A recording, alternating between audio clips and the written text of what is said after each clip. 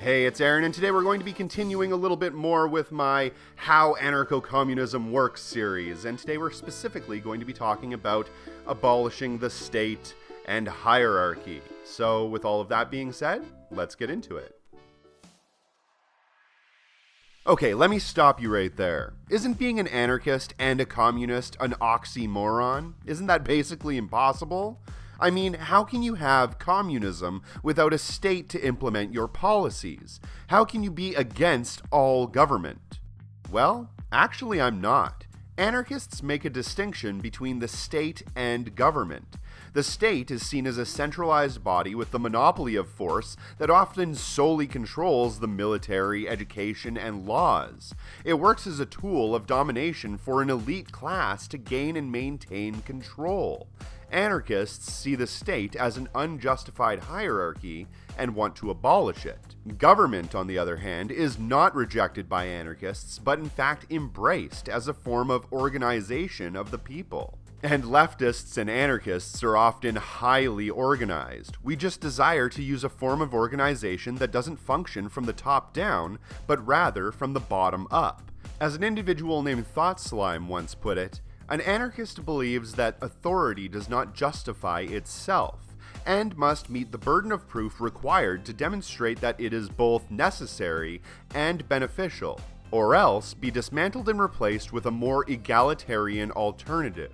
And we can do this by looking at all of the examples of hierarchies that we've had in the past, and seeing what is beneficial and what isn't. I mean, we've been doing this hierarchy thing for a long time, so we have a lot of examples to choose from. And we can even use something called dialectical materialism to critically analyze these modes scientifically. In this way, anarchy can be used as a type of scientific dismantling of power structure.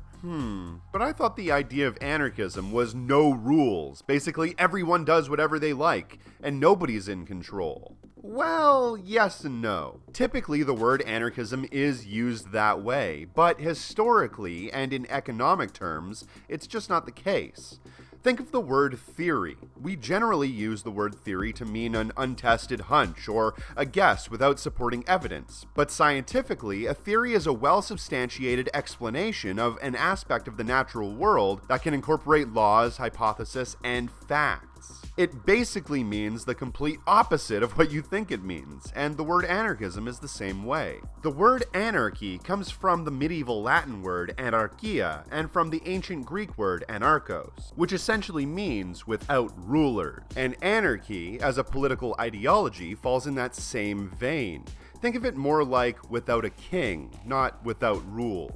When we abolished the feudal system and got rid of kings and queens, we transferred the power that they had to the people through the use of democracy. The people basically wanted to be without rulers.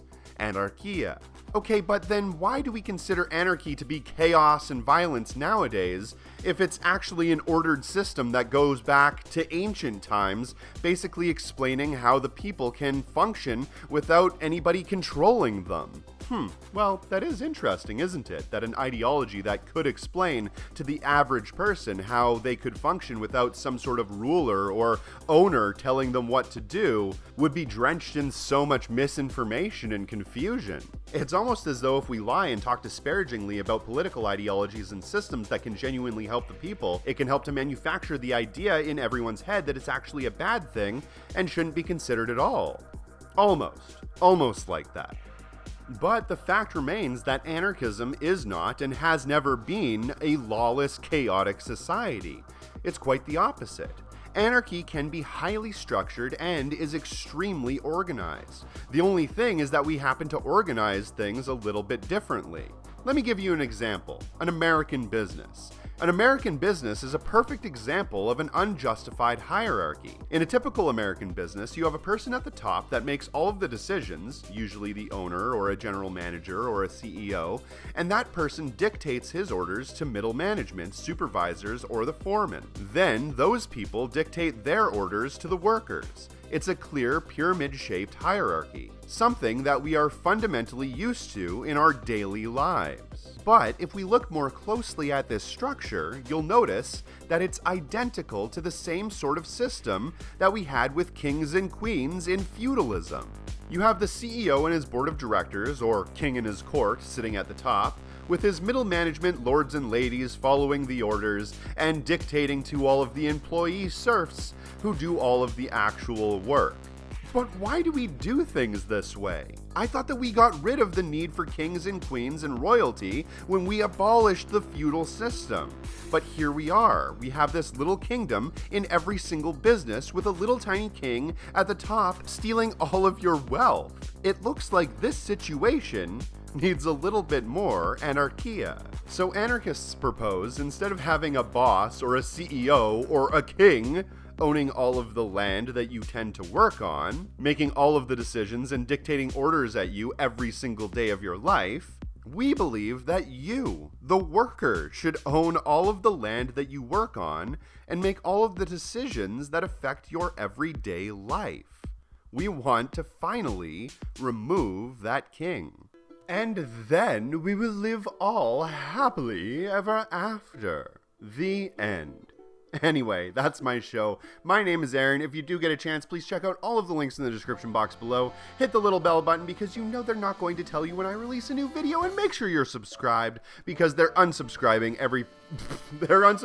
everybody every single day. It's a tragedy. No, they're unsubscribing people every single day.